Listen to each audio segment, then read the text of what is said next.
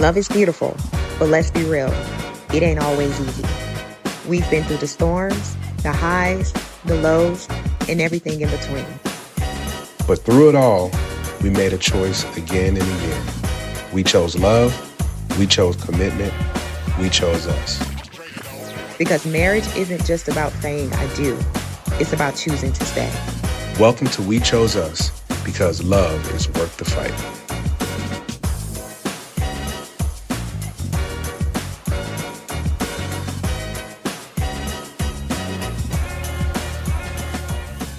And welcome to another episode of We Chose Us, a marriage and relationship podcast. Welcome, I think we should call choosers. Should we call welcome choosers? Welcome choosers. Welcome choosers to whether you're choosing to stay married or choosing to go the other way. Get married. To get married or get married. My bad. Oops. My bad, folks. Listen. Were you saying choosing to get a divorce? No, or I said just go the other. I mean, they might. Whatever decision you're choosing. Yeah. Yeah. But we chose us, though. That's what we did. We chose us.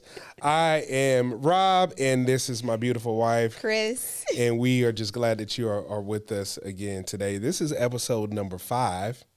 And I want to say a couple things real quick. Number one, we just hit 1,000 views or on our channel on our first 3 episodes, which to me is like really big. So give it up. Yep. Yay. That we did it. Thank you, choosers. Thank you for the love that we continue to get. We're excited about all of that, right? Because it's just been like, again, I said on the other episode, like, you get all the DMs. She's always sharing me the texts and messages y'all send them. I don't get nothing. You know, I might get a heart or something like that or a thumbs up, but I do have something to share, though. Check this out before we get into it. I was going through our audience, right? Mm-hmm. Our analytics for our audience. Mm-hmm. We have more men listening to this podcast and watching the podcast than women. Wow. It's over 50% men. So, fellas, I shout y'all out because y'all might not be throwing no hearts or comments, but I feel the love because I can see the audience there. So I appreciate you guys for that. But that also, I think that my perspective might actually be, people might be agreeing with it. It's needed. I think the male perspective is needed, especially for hard conversations about relationships. Yeah. I feel like on both ends, both female and male, need an opportunity to get it out and be open and transparent in relationships. That's one of the hardest things. But I think some of the inboxes that I have received were just, even some wives saying, man, this is good because my husband has watched it too and he's not been able to fully open up in so many years, and hearing your story and your testimony has given them kind of a safe space to feel like it's okay to say I'm not okay and not feel like just because I'm the head of the house, I have to hold it all together and I have to be strong and I can't show any vulnerabilities. So you being here, being open and transparent about your story, I think has helped even single men be more open to the fact that it's okay to be vulnerable. It's okay to voice to your spouse and feel safe with trusting your spouse with your hurt, with your pain, and, whoever you are. I think that's what this space provides. And so I'm just thankful to God that we're able to be transparent, without feeling embarrassed or full of shame, but just say, this is the story, and this is the truth, That's true. And I was in Philly this week, and I had I had a couple people come up to me. One person that I had not met ever was like, I love your podcast. And I was like, okay, that's dope because I'm here for a tech conference and they're talking about I love your podcast. Mm-hmm. And then another guy who I was on his podcast before, and he told me, he said, what you guys are doing, it is so needed. It's amazing. For single people like me. He was like, the transparency that you guys bring. I didn't know that he listened to the pod either. Yeah. But just hearing that, I'm even more willing to be open and honest and transparent. And this is the caveat, though, that that I do want women to understand is that when your husband opens up to you, please listen. Please don't weaponize. Because what will happen is if you're not listening and it becomes weaponized, then he's not going to open up to you again. or if he does, it'll be several years. So when you're showing this to your husband and your husband's listening and he's contemplating, because he right now might be listening to this thing, but like, I don't know, this might be a hard road to travel. But listening to you, and I'm hoping by listening to you, they understand that being that listening space and not weaponizing and understanding that we're supposed to be doing this life together, that will cause him to be able to bring his guard down. Yeah. Because we gotta put our guard up every day. Yeah. Like, and I know everybody does, everybody says it, right? But I think women have a different perspective than men. We got to put our guard up every day when we step out the doors, because we don't know. Somebody might try you. You know what I'm saying? That's one thing. Somebody might try you on the job. Somebody might talk to you any kind of way on the job, or come in with, you might be getting let go or something. And when we hear words like that of being let go, like, if this is my only way that I'm taking care of my family, that becomes a problem, because that's an overarching issue. Because when we look at you all as people we love, but also responsibility as well.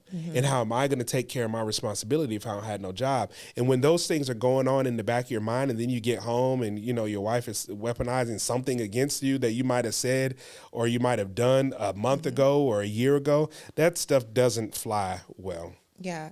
So, like you said something, number one, I'm not perfect, because I did weaponize quite a few times, and I'm chuckling now, but because looking back, it was like, well, sometimes you would hit below the belt. Just speaking of myself, it was like, it wasn't intentional, but it was kind of like that mentality of, I want you to hurt like I hurt. And even though I'm hurting internally, it's like, I want you to feel that internal pain too. And it's almost like you build up so much resentment when you're going through so much in a relationship, that it's like neither spouse fully understands where the other one is, because everyone's in their own emotions, which builds entitlement. Right. And so that was my focus, was like, I'm entitled, because I do this, that, and the other. I feel like I'm always there. I feel like I'm, I may not financially be taking care of the home at that time, but I'm taking care of the kids. I'm taking care of the house, and he doesn't see me. And then I'm taking care of him emotionally and all of this other stuff. And so when you would open up, it wasn't intentional, but it was like subconsciously, because I'm hurt, I wanted to hurt you. You know what I mean? And it's hard to say that, because I feel like I'm not that type of person, but I was operating as that type of wife, that I wanted you to feel my pain. And so it's like, we may not voice it to be like, well, I'm hurting, so you need to hurt. But realistically, in our interaction with each other, it was like, oh no, like, I need you to understand this. And so I wasn't listening. So it was easy to kind of take all of your stuff and kind of build it up into a weapon and then use it to weaponize you. You know what I mean? Because it was like, I needed to safeguard myself as well. And so my question is, how did you get to that space where you knew things were not safe, and you knew things were not, in a way, trustworthy enough for me to handle your vulnerabilities? Because you called me a ride until, so you knew I wasn't your ride or die. But there was something that had to shift in you, I feel, in order for you to trust me again, to open up and let down your guard. Because you were saying something about, women, your man has to trust you, but you didn't trust me. So what do you feel kind of shifted to create that safe space in order for you to trust me again with, your vulnerabilities? I think it's two-part. The first thing is me recognizing that I had to eventually learn to trust you again. In the very beginning, I will go back. In the very beginning, I did think you were a ride or die, because I knew we were doing a church together. Like I felt that way, but it was when I started feeling like I couldn't trust you, then that's when I was like, nah, she's not it. Because, and that's when a lot of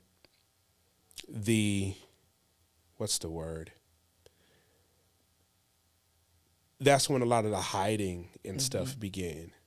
because, okay, and I don't know the specific moment or time, and sometimes for people it might be different. But for me, it might have been a gradual part where it's just like I might have said something and you didn't respond the way that I wanted you to or that you needed to, right? And there's some caveats with that, but at the time, what I was looking for, I didn't receive, right? But I didn't voice what I needed either. See, that was the thing that I needed to learn, is that the only way for you to know is for me to open my mouth and to tell you what I need in a moment of we're sitting down talking and having a good, regular conversation over dinner or something like that, not in the argument. Whenever you share what you need in an argument, nobody wins. Like, nobody wins. So, like, let's not even, well, what about what you do? That's it, because nobody's listening at that point. And so it built up to a point where I felt like I can't share this with her because she's going to think this. And then another thing would happen. I can't share this with her because she's going to think this. And then it would be a list of items that I would need to share with you. But I was scared to share any of it with you for fear of that, retaliation or that weaponization. And I had to bring my guard down and say, okay, I need to start trusting her again. And I can't remember the situation, but I remember in my mind, I said, okay, I'm going to share this with her. And I'm going to see how this goes. This was after therapy with Dr. O and all this stuff. And this was actually after we had bought the house and we had got back together and everything. And it was something that I shared with you. And you were just like, okay, how we going to do it? Or how we going to? And I was like, okay, now, normally I'll be looking at my watch like, in about 3 days, I'm going to hear this. I'm going to hear this in 3 days. I'm going to hear this in 2 weeks. And I never did. I never heard it again. And I was like, okay. And I continued to talk to you about certain things. And now it's to the point where I know I can share something with you and you're not going to go back to something a week or two or a month ago or something like that. You're literally going to say, okay, let's huddle, let's talk about it, and let's figure it out. Am I perfect? No. I don't think we're all be at that perfect place, but I think now we have longevity established in that to where I can say, all right, I can trust Chris because of how well you responded previously. And then even on my side of how I'm able to wait and think about how I want to communicate, and not during those triggering moments to be able to communicate with you. Yeah.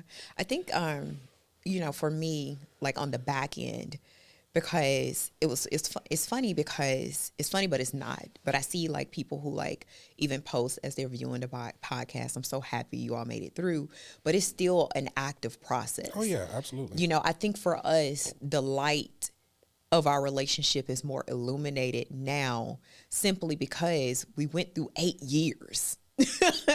8 years of not just drama, but 8 years of not liking each other. 8 years of, we should have been in a divorce, already. 8 years of arguments, 8 years of depression, 8 years of defeat, 8 years of brokenness. Our relationship was just in shatters for 8 straight years. Yeah. And so the light now is still a process. I looked at it like when you were talking about trusting and creating a safe space. It's kind of look like what we're, basically discussing as a relationship. And I look at it like around the time that we bought our house was around the time that things shifted for us. All the way around. That was one of the pieces. And I remember I was like, I don't want to move into our house until our kitchen is white. Remember that? I remember that. Y'all, she was on me about this white kitchen. I wanted a white kitchen. And because we were, we're about to get a house built. The kitchen was white. That has always been my vision. I wanted a white kitchen. And the house was beautiful, but the kitchen cabinets were brown. And I was ready to risk it all and be like, nope, we don't want the house because the kitchen cabinets are brown. And you was like, we can just paint the cabinets. And I was like, well, we're not moving in until the cabinets are white. But that, for me, wasn't just for our kitchen. it was like a renewal, right? It was like, I looked at it like, as we started decorating our house, or as we got our house to how we wanted it, it was done in segments. And I was thinking the same thing when it came to us. It was like, we can't do it all right now. But if we can start with the low hanging fruit, the one thing that helps. And for me, that one thing was not the kitchen cabinets, but it was making sure my husband can trust me again. And that was like the low hanging fruit for me. So it was an intentional, it was not easy, because I can have a mouth. And so it was not easy for you to just kind of, for you to just lay out stuff to me and me receive it and just instantly be okay. It wasn't like I'm just this angel who's just like, okay, that's great, that works. It was like, walk away, go pray. Okay, talk to God. Do what you need to do in order to not shift things and light the match again. Yeah. To walk away, pray, write down if you need to write it down. Do whatever you need to do. Go scream in a pillow if you have to do that. But what matters the most is that I do something new for our relationship. And that newness was to make you feel safe, to make you feel okay with talking to me about the hard things, because I knew if I built up a barrier, then we would be right back where we were. And at this point, our relationship would not work. And so for me, it was not an easy walk. It was not a cakewalk. It was intentional, hard work, emotional hard work to say, okay, I know what I got on my plate. I know what I can start calling out right now. But if he's trusting me with this, go walk away. Take it. You could be lying through your teeth to be like, okay, I get it. Okay, I got you. But then walk away, calm yourself, and then come back and approach the conversation. If there is some negatives, if there's something that you need to say about it, calm yourself so that it can be a conversation and not turn into an argument. But it was like decorating the house. Okay, I can't get 5 pillows on the couch today. Let me get 2.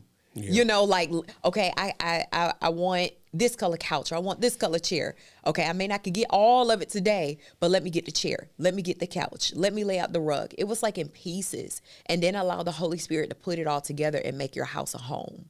And that's how it was for me in starting new in our relationship. It happened so in tune with us buying the house at the same time, because it was like a realization that the Holy Spirit wants to put this together in pieces. Don't get so overwhelmed trying to immediately make everything the way that you want it to be now that you get overwhelmed and you break, versus just take pieces. Yeah. Just redecorate pieces at a time. Just pull a piece here, pull a piece there, pull a piece here, paint the cabinets. Okay, don't try to change the countertops now. You know, go do something else. Go do this or do that. And I feel like we're still redecorating our house. Absolutely. Now. Absolutely. It's the realization, though, if you're in it for the long haul, what is the rush? Yeah. What is the rush? What is we could have bought the house and we could have had every room decorated immediately, had the whole house painted and all these different things. But, in relation to our marriage, if there's specific things that we're working on, we have to understand, one, things will not change overnight, and that if we're really in it for the long haul and we're willing to see these changes through, then we have just committed to do that, see those changes through. Mm-hmm. And like you say, it may not be the 5 pillows on the couch. It might just be 2, but it's something. Yeah. It's something. That part. And what I've learned and what I've noticed with us now is that I feel like we're in the long game now. Mm-hmm. Like before, we wanted everything now, everything needed to be done and perfect. But when you get involved and you understand what the long game is, not everything is going to be a win. There's going to be some failures, but you're in this journey together. Mm-hmm. And the best way that you can come out of this journey is together. Yeah.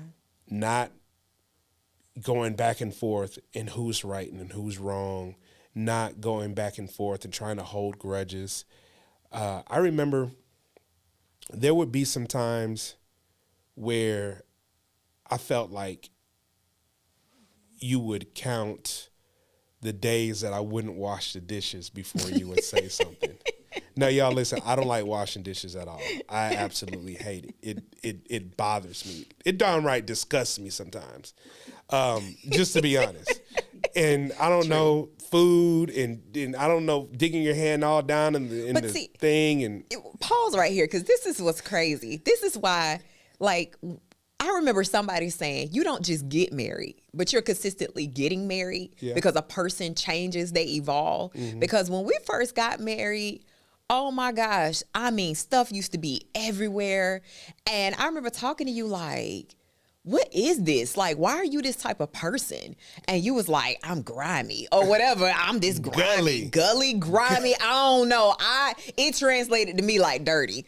And so, but then you was like, ew, I don't want to touch that. I'm like, who is this? Who is Mr. Grimy? And no, over the years, now Mr. Grimy done turned into pretty boy. But used to Joe, my dad, y'all, my dad and my brothers, they are straight pretty boys. Like, get their manicures, got their hair laid. Like, they plays no games. Nice. And he used to be like, man, I'm not going to be a pretty boy like your dad and all this other stuff. I'm like, I'm not asking you to be my dad, but I at least want you to be a little, not grimy.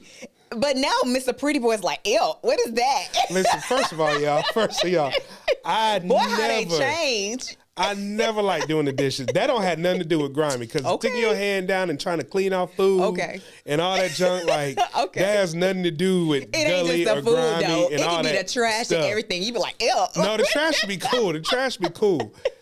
The trash be cool. I'll take out the trash. I don't have no problem, doing the trash. No, you don't. But let something, I don't care what it is, touch your little hand and it be like, ew, what's that? It be stuff that bother me. No, about the trash, it be stuff that bother me. Okay. Because, like, the things I don't like. I don't like when the trash gets, like, the lid needs to be able to close. If it cannot close, then it's time to take the trash out. Don't be stacking no nasty plates and tissues to when it open up, all the stuff pop out and fall on the floor. Why? Because you're a pretty boy that now. Is nasty to me. Okay. You know what I'm saying? But like, you were I don't grimy. know. Did you just blow your nose or something? But like, you were grimy. That was and then, we got a 5-year-old, a 9-year-old. You never know where them germs coming from. Them super germs them kids got. But yeah, it'd be stuff like that. So I'll take out the trash. No, I didn't say you wouldn't. No. But in the process, please tell the truth to the people. You'll be like, ew, what is that? You have just be honest. Over the years, you have turned into a straight pretty boy who you did not want to become. It's your fault. It is your fault. It is your fault. See, I used to call myself a man's man, like bar soap. Bar soap. Don't give me no body wash. Bar soap. Like, I used to be that type of guy. But then, of course, I got married and what happened? And all of a sudden, it's Dove Men's. Is it Dove? I don't know what it is. No, no. It's Dove until I run out. Then it's whatever she got. No. It's not even Dove. You get the expensive stuff out of Target and stuff, and I don't even know the name of the stuff, but it ain't no Doves. Please stop. Please tell the full, honest, transparent truth to the people. Okay. Who are you now? But it's funny. I used to date a girl who did not like when I wore manly body wash. Okay. And it would have to be like manly body wash. It would have to be deodorant would have to be like secret. It couldn't be like, it would have to be secret. And it would just be like really weird for me. And that was a transition. That was quite a while before we got married. But that was like weird to me because like when I was younger, it was like juke, Irish cool spring. Water. You know what I'm saying? It was trying to get that type stuff. You know what I mean? So when I got older, I was like, all right, cool. Issey Miyake, and then all of a sudden I'm like, I can't have no manly body wash. Like, you know what I'm saying? I gotta have secret, like it was just really weird. And I think when you and I met, I was just kind of like coming back into myself and stuff like that. And now, I buy the expensive stuff. You know what I'm saying? I like to smell good now. You know this. I like to smell good. But yeah. But I think I think that plays into where that came from at all. Because you were talking about the dishes. What were you even talking about? Because you were talking about how you don't like doing dishes.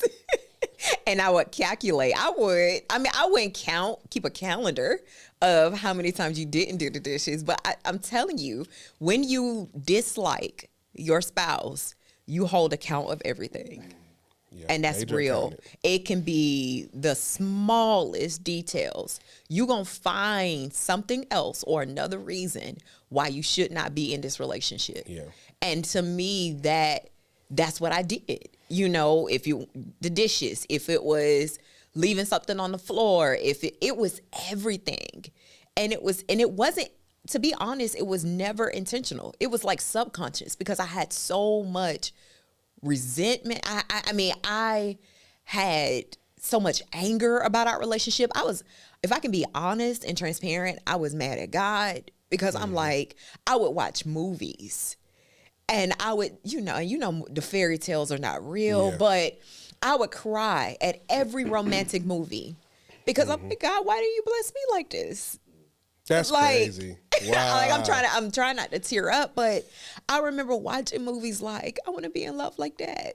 You know, I want to have that type of relationship, and I just feel like you forgot about me, God. Wow. Like, why didn't you give me this?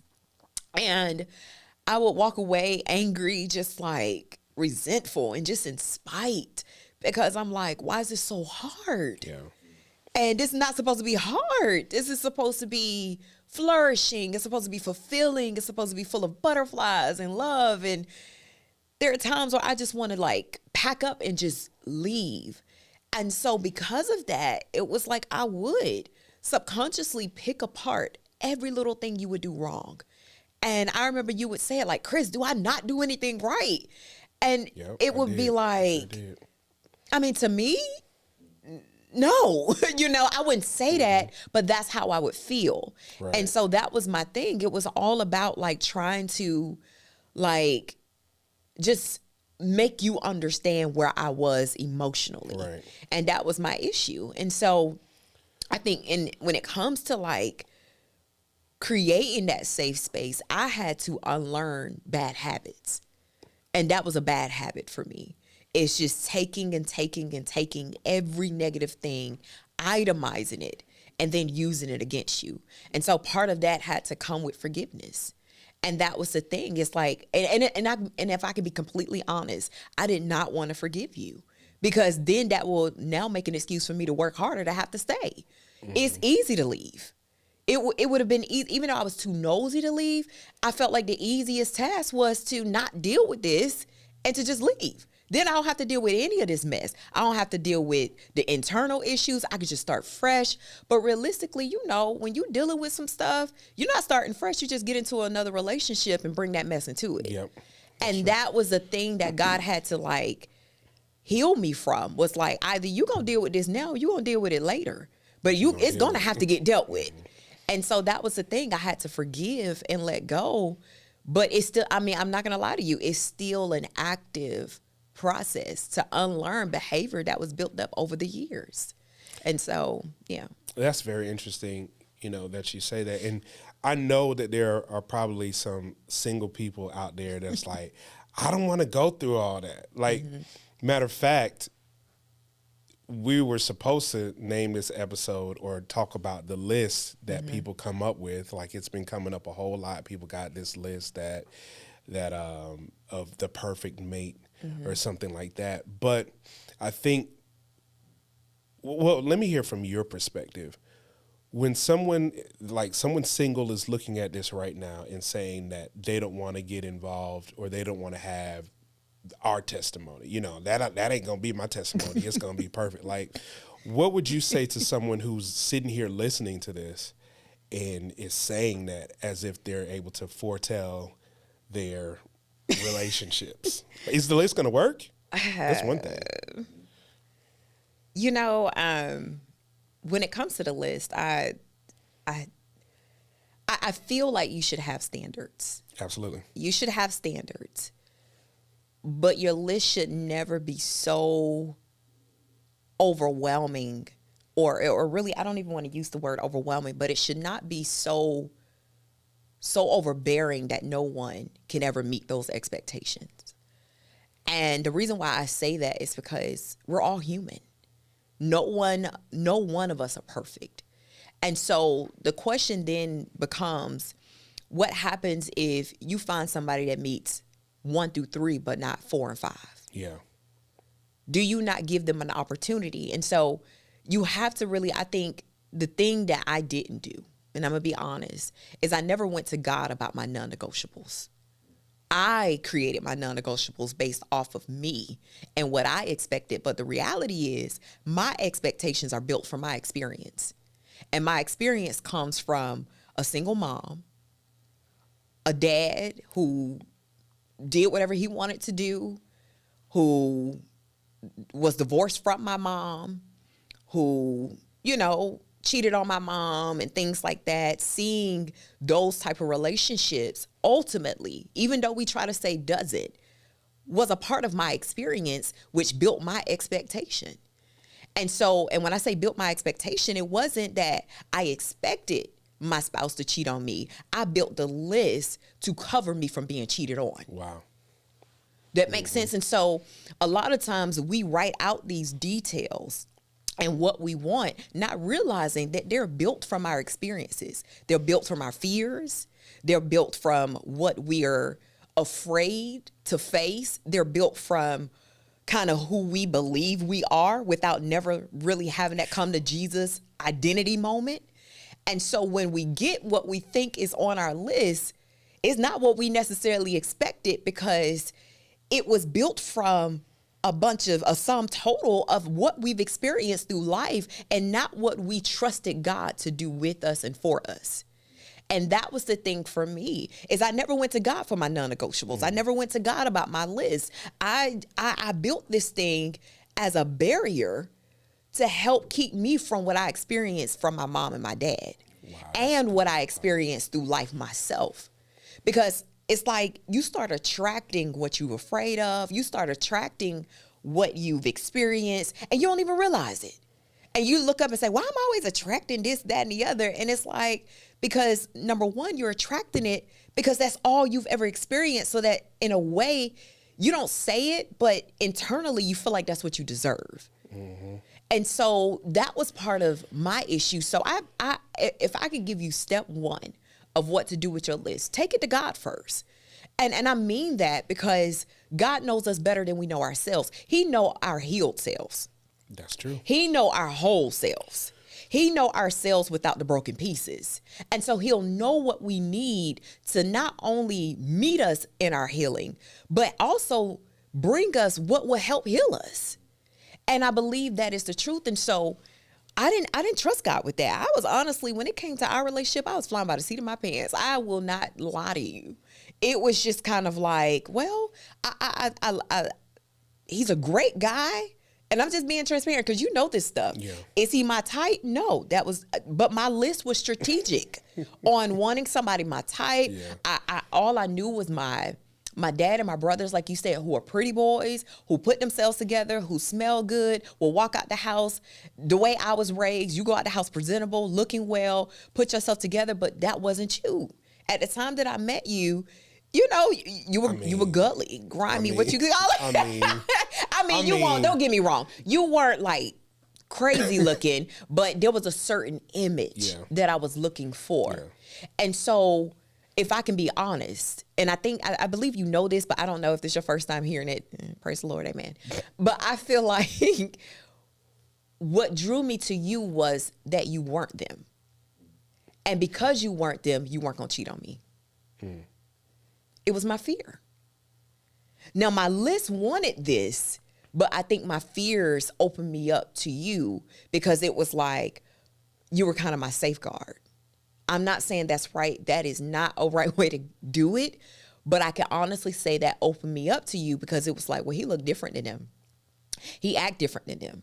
So maybe he's my safeguard and won't do to me what I've always seen happen, one, to me, and what I've seen happen throughout my experiences to other women in my life.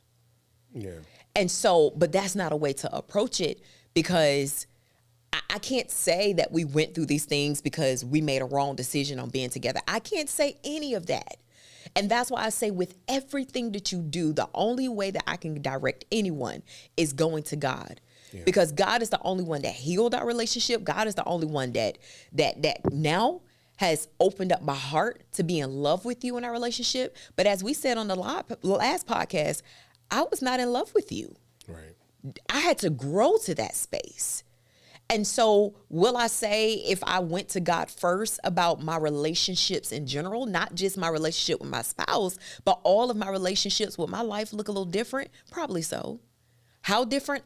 I would never know. But I will say it is so imperative to go to God about everything, because God knows where you are before you even know where you are. It's like a GPS system. If you want to know where to go, you got to first be located with where you at. Yeah. And so I never gave God a chance to locate me.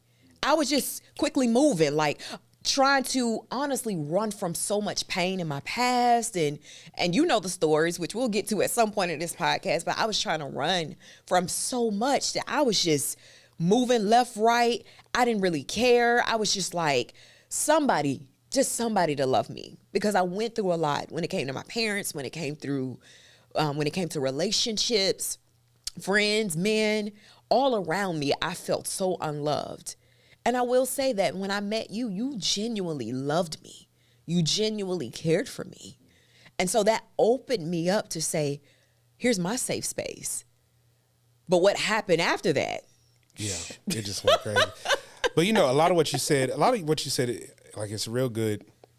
And I think that's like a lot of women do that, right? Mm-hmm. The list, and regardless, like the guys that I know, when we wrote our list back in 08, 09, me and about 3 or 4 guys or whatever, we would kind of discuss what was on our list. And I had this one homeboy.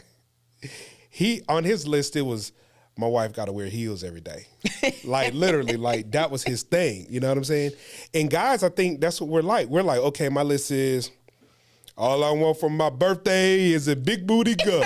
Like, that's literally what guys are looking at, because we're more so superficial.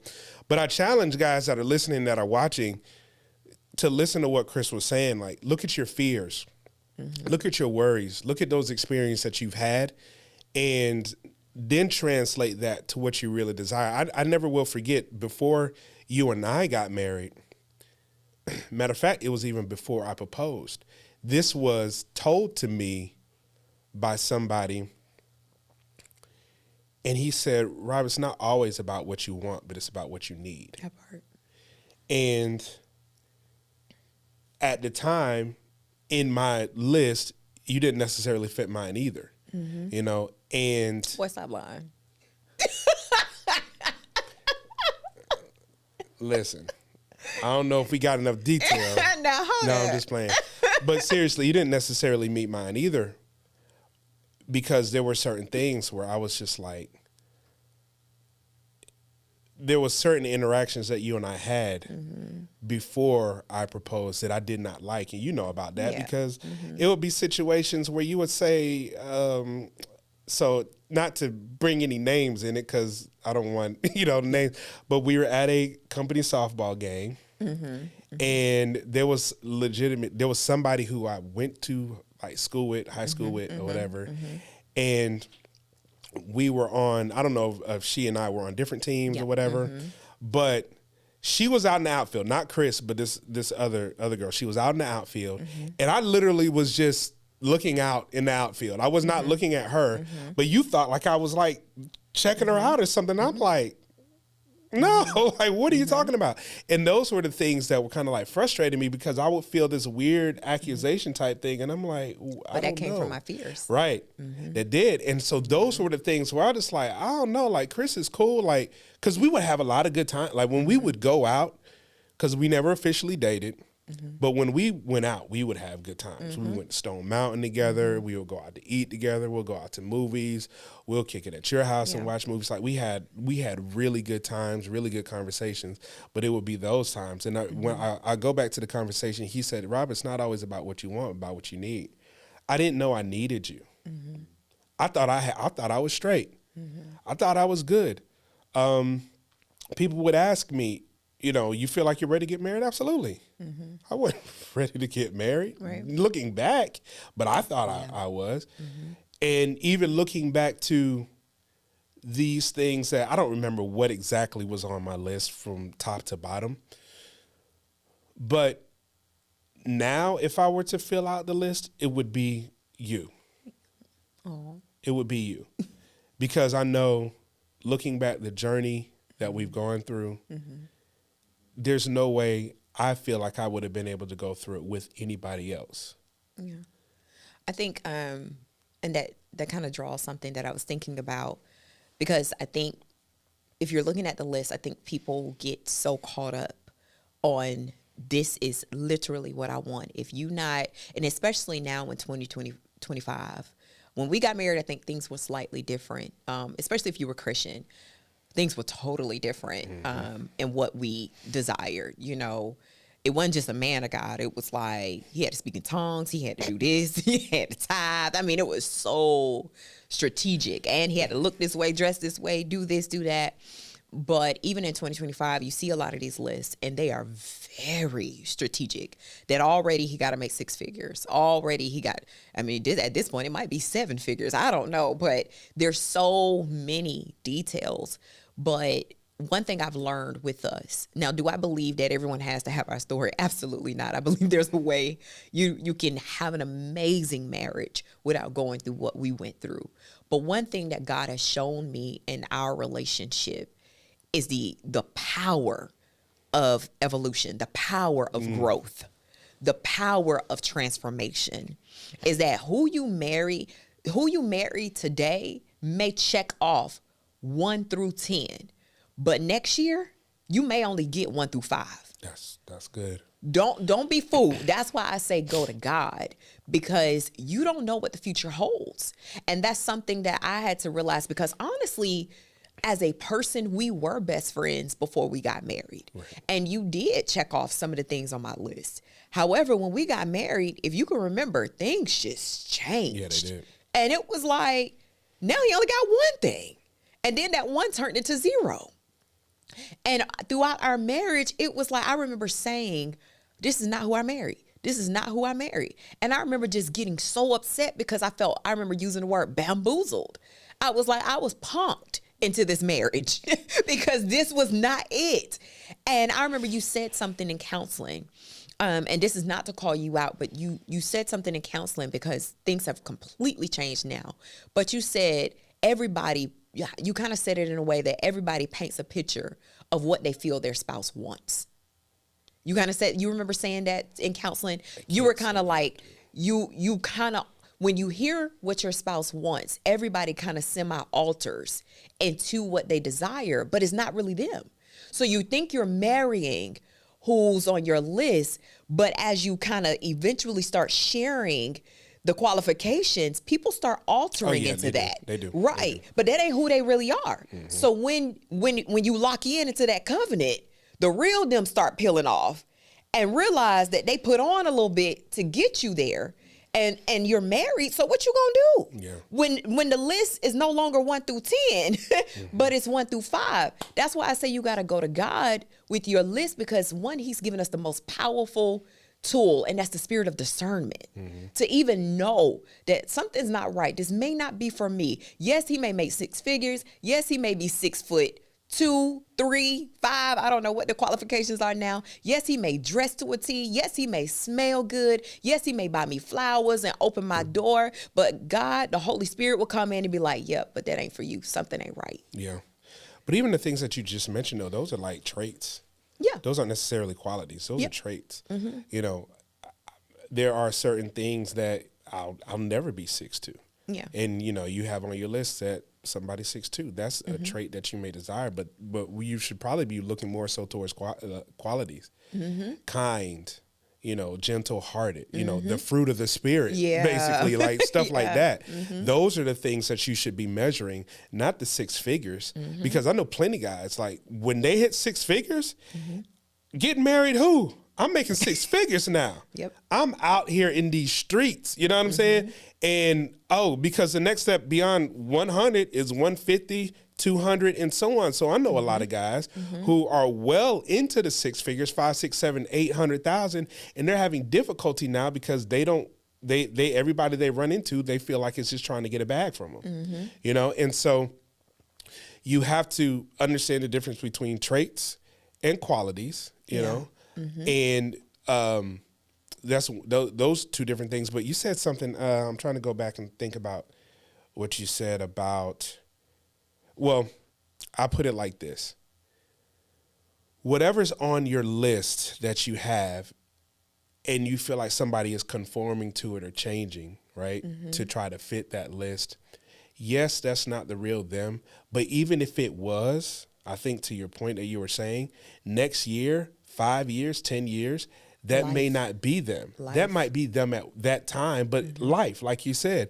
Or you might say this, sometimes we fail to quantify things and kind of, you know, I want a guy, we've talked about this before, I want a guy who works out. Right. And when we got married, she thought that I worked out a lot because she and I would work out. Right.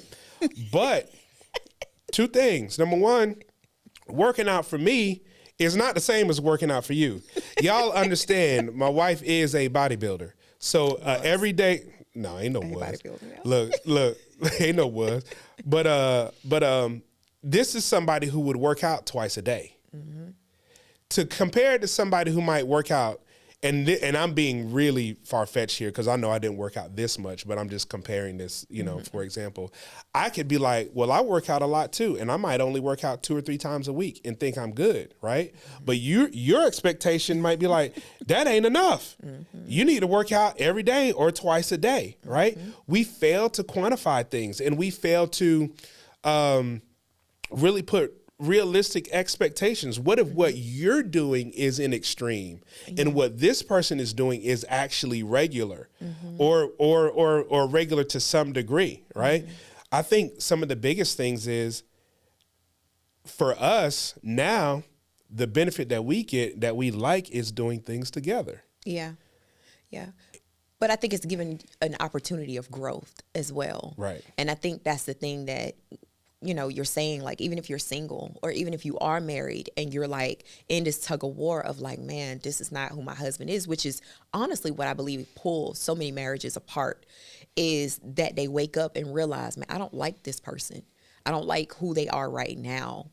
And it's like, instead of quickly turning your back, introduce yourself and become acclimated to who this new person is. Maybe you will like them.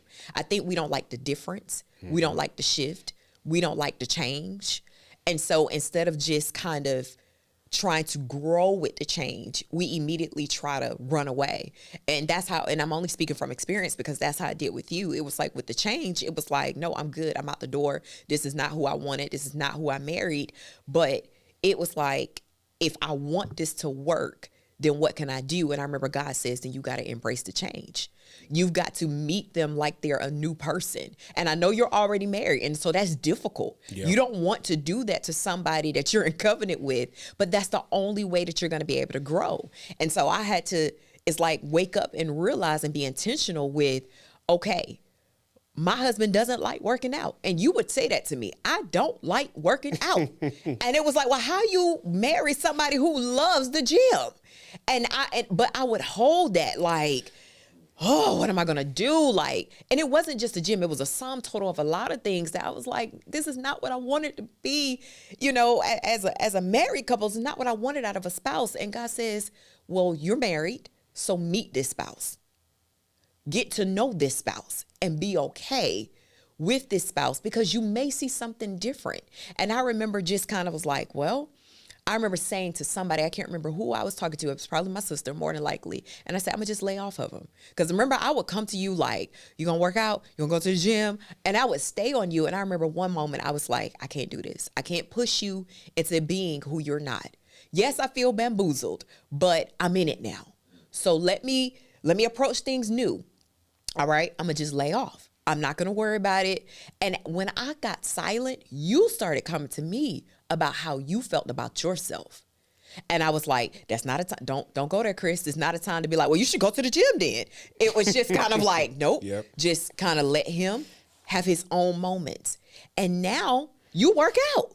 But I didn't have to push you there. Yeah. And so that's what I mean by allowing a person to grow, allowing them to be themselves, because it's like if you consistently force, then yeah, you're going to want to leave, because nobody wants to feel pressured to walk on eggshells in a marriage. And no one wants to feel like they can't be themselves and be married, be in the same house, be with you every day, but yet they got to mask themselves. And so that was my thing. It was like, hello, I'm Chrislyn.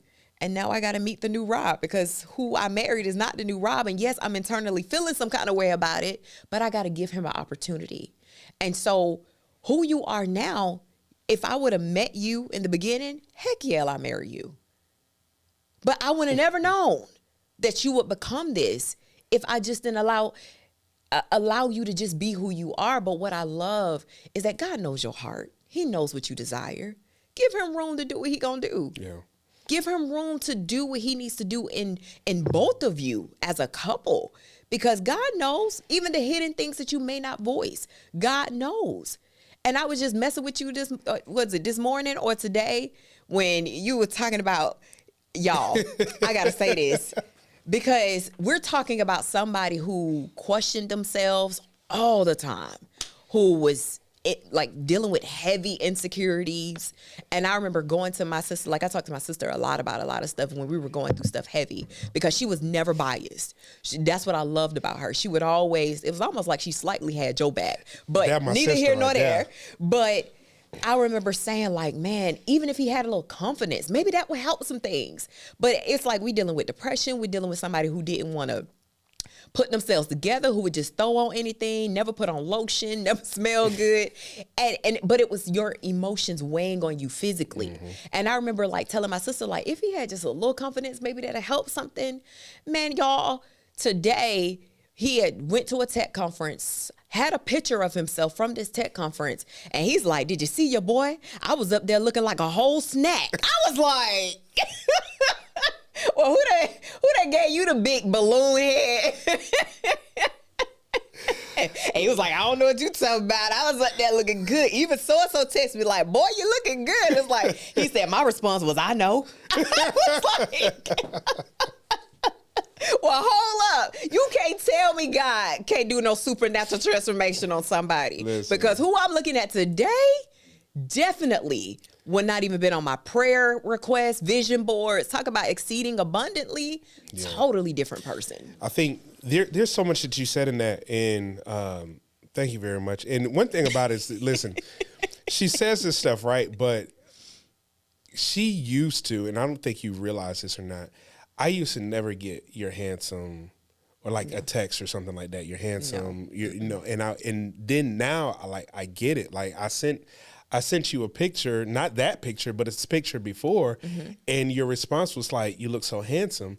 And those things like really make me smile. Like, I don't think I've ever told you this, but there was a time where we were separated, and I took Kyler to the park.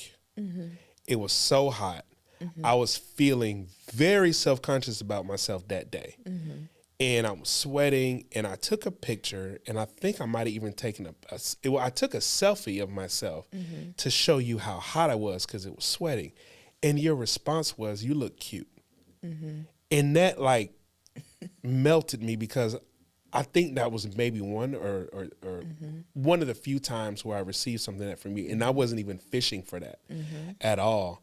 And those are the things, the confidence builder, to say, you know what?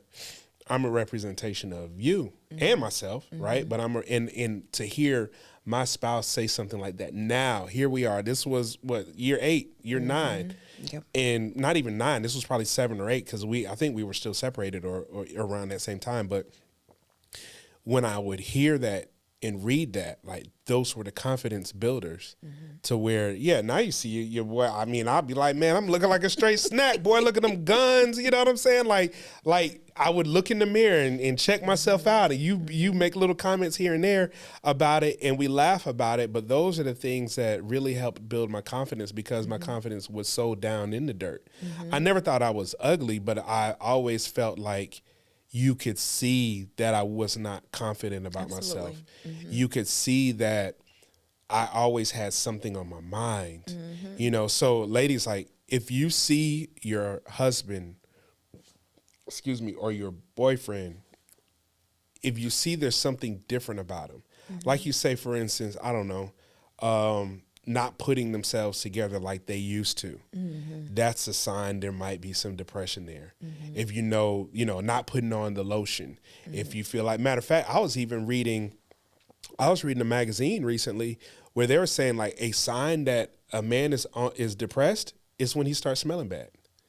Yeah. And that was one of the things I dealt with, remember? And I was so scared to tell you that too, because you would say, like, Chris, I feel like you nitpicking everything. Like I would say your breath smells bad or you smell bad.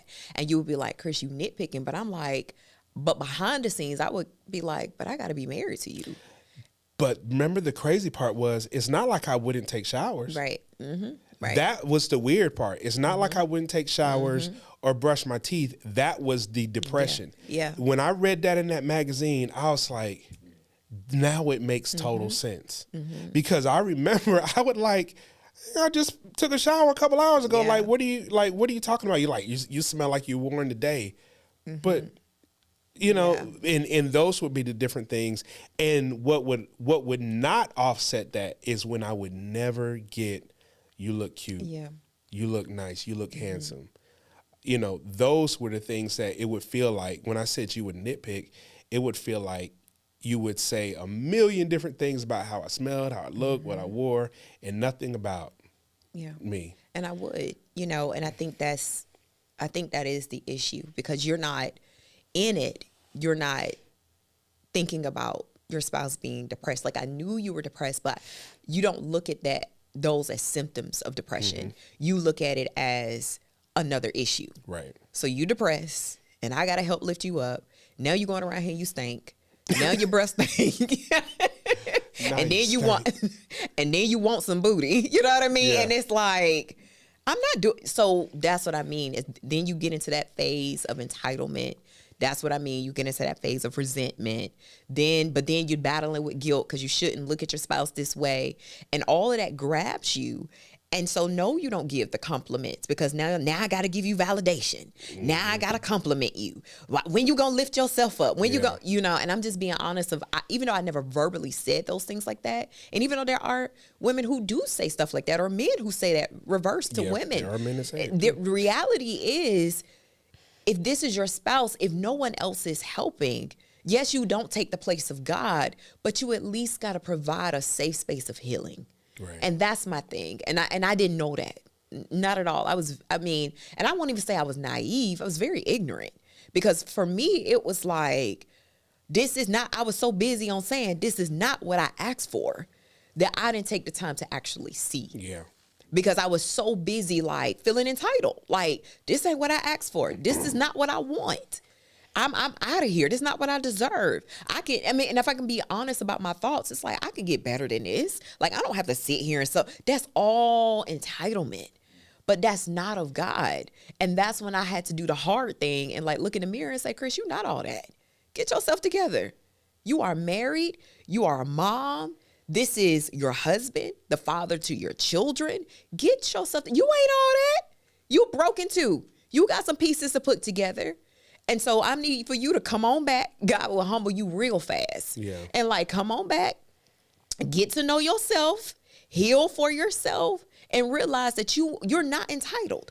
We are all dealing with some stuff. Yeah. And show some sympathy, empathize, and know that even though it feels like it's pointed towards you, it's not you. And you would say that all the time, Chris, it's not you. It's not, but I'd be like, but I feel like it's coming against me. It's not you, but I couldn't hear that. And so for me, I had to be open enough to really sit there and realize, okay, something bigger is going on. And I remember it took the separation to realize you need help, I need help, we need help. Yeah. And that's the only way this thing is going to work. Yeah. I can't help you. You can't help me. We definitely can't help each other. So we're going to individually have to get some help because something's not right. And that was the thing for me, but it wasn't symptoms. It felt like layers of why I should not be with you. Layers of why you don't deserve me. And all of the things that I was saying to myself, which was convincing me to just go ahead and leave. Mm-hmm. And so when we would do counseling, you remember that? I would just be popping off like, no, like this is not happening. But I had to literally like pull away, and which I feel like, you know, they tell you all the time, when you pull away from whatever you're crafting or whatever you're creating or whatever you're up close and personal with, when you pull away from it, you begin to see the bigger picture. You begin to see details that you didn't see when you were in it. And that's what happened. You know, excuse me, one of the things that happened when we were separated is, you know, you were saying all these different things, and I wanted you to know, like, that you, like, she needs help. Like, I remember talking to my friends, too. I'm like, she need to get it. It ain't just me. It ain't just me. I remember just, like, arguing and being so mad. And I remember when we did separate, I said, see, she's going to learn. She's going to miss me because I'm not going to do nothing. Mm-hmm. I'm not going to pay for nothing. Mm-hmm. I'm not going to help her out with nothing. She going to have to take the kids to school mm-hmm. by herself. Like, I was just like, she gonna know she missed me. And God said, no, you ain't going to do that. Mm. You're going to do everything you're supposed to do. You're going to wake up in the morning. You're going to go. You're going to pick up them kids, and you're going to take them to school. You're going to go, and not only are you going to continue to pay the rent, but you are going to also give her spending money as well. I told a friend of mine that, and he was like, don't do that because she's setting you up for alimony. Mm-hmm. He literally told me that. Mm-hmm. I said, no, I can't mm-hmm. do that because that's not me. Mm-hmm. I need to see my family, and I want to see my family restored. Mm-hmm. And when God told me to do those different things, I feel like that's when I know he was working behind the scenes then. Mm-hmm. Because you know I didn't have to do that. You know I could have just been absolutely. Like, whatever. Mm-hmm. You know, but the thing is, I knew you were still my wife. I knew I still had a family to care for. Mm-hmm. And I knew I had to ultimately trust God as well. Mm-hmm. And all of this, she need to know. What she need to know is that I still love her. Mm-hmm. What she needs to know is that no matter how this looks, all the way up until the very end, I will do whatever it takes to support her because this is what God has called me to do. And I saw during those times, I know you're frustrated, but I knew your frustration was because of my frustration in a sense. Mm-hmm. It was built up on a lot of that. My depression, my guilt, my anger, and you were reciprocating that based off of what I was giving off. And I had to learn not to give off those things. I had to learn to forgive. I had to learn even the things that you were saying were not being said because that's what you really believed in your heart. I did start to feel like it was just something that you were responding to and that I was giving off those things. There was just so much, and I know we got to wrap, but there was so much that I learned during that separation, and because of it, we were able to get closer as well. What a lot of people say, when you're separated, that's it. You're going the opposite direction. But we weren't doing that. Mm-hmm. I think, as we close, like you said, I think it's got literally God's hand played a major role, because you said something, you were like, God told you don't break away. But, I never knew that, because behind the scenes, I come from a single mama who you don't depend on no man. That's how my mama raised me. Mm-hmm. And so it was immediately when we separated, my mom was like, so what you about to do? What you ain't waiting on nobody. Like, you go out, you grind, you get your thing. And I remember doing calls and everything, all right, I gotta go. So I think if you would have withheld your hand or of love, then that probably would have been the end of us. Because I probably would have shifted gears and went into I could do this by myself. Right. I can do that I can't even spell it. But You know what that Who means? used to say that? Independent. INDEPE. You know what that means, right? She got her own house. She got her own. Like, I would have went directly into that because, you know, my mom was like, when she found out, she was no nonsense. And you know that. And so she was like, no, like, we good. You know, you gonna be good. And so the fact that God did that, literally, it's almost like he came in and softened my heart before it could be hardened. Yeah. Because that would have happened. It would have been a hard heart against you. And just like, he thought he could leave. All right, bye. You know, and where I used to have that mentality, I'm more open and optimistic to God, just saying, you know, stop trying to immediately shut people out and give them an opportunity of growth as I'll allow you to give them one. That makes sense. Like, don't be, you know, don't be naive, but allow me to lead you into who to keep that soft heart with. You know, and of course you were number one in that. And that healing between us also helped me heal when it came to relationships from a lot of things that hurt me in my past. And that helped me now be more open to people where I would quickly, and you know me, quickly would be like, at any moment, I feel like you cross me, snip, snip. It takes nothing for me to turn off and act as if you never existed. But that, our relationship helped me unlearn so much bad behavior. And it healed me to realize that, you know, with God on your side and with God operative on the inside of you, you ain't got nothing to worry about. He got you. He got you. Absolutely. Yeah. Well, this was good. I definitely enjoyed it. I learned some things. I did. But I think that's what it's about, the transparency. Listen, we are here.